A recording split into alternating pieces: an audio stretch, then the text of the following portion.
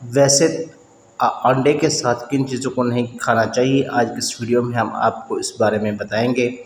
वैसे तो अंडे के बहुत से फ़ायदे हैं, ये सबको मालूम है, ताहम बहुत से लोग नाश्ते से लेकर रात के खाने तक अंडे खाने को तरजीह देते हैं।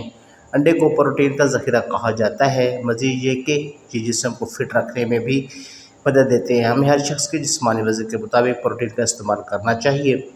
यानी 60 किलो वज़नी शख्स को रोज़ाना 60 ग्राम प्रोटीन की ज़रूरत होती है।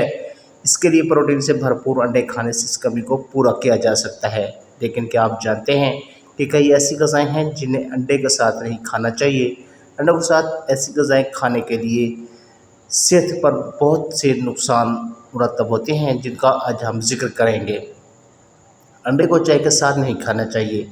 मुर्गी के अंडों से बने अशिया खाने के बाद कुछ लोग चाय को हज़म करने के लिए पीते हैं, लेकिन माहिरीन के मुताबिक ये आदत आपके जिस्म को बहुत नुकसानदायक होती है। अंडा खाने के बाद चाय पीना कब्ज़ का बायस बनता है। चीनी और अंडे को एक साथ ना खाएं।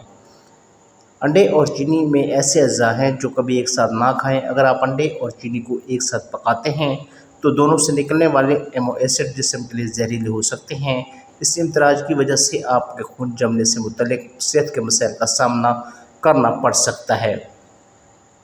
अंडे और मछली को बैक वक्त ना खाएं। उबले हुए अंडे और मछली को एक साथ खाना जिस्म के लिए बहुत नुकसानदा है। इसलिए कहा जाता है कि अंडे और मछली को कभी एक साथ नहीं खाना चाहिए।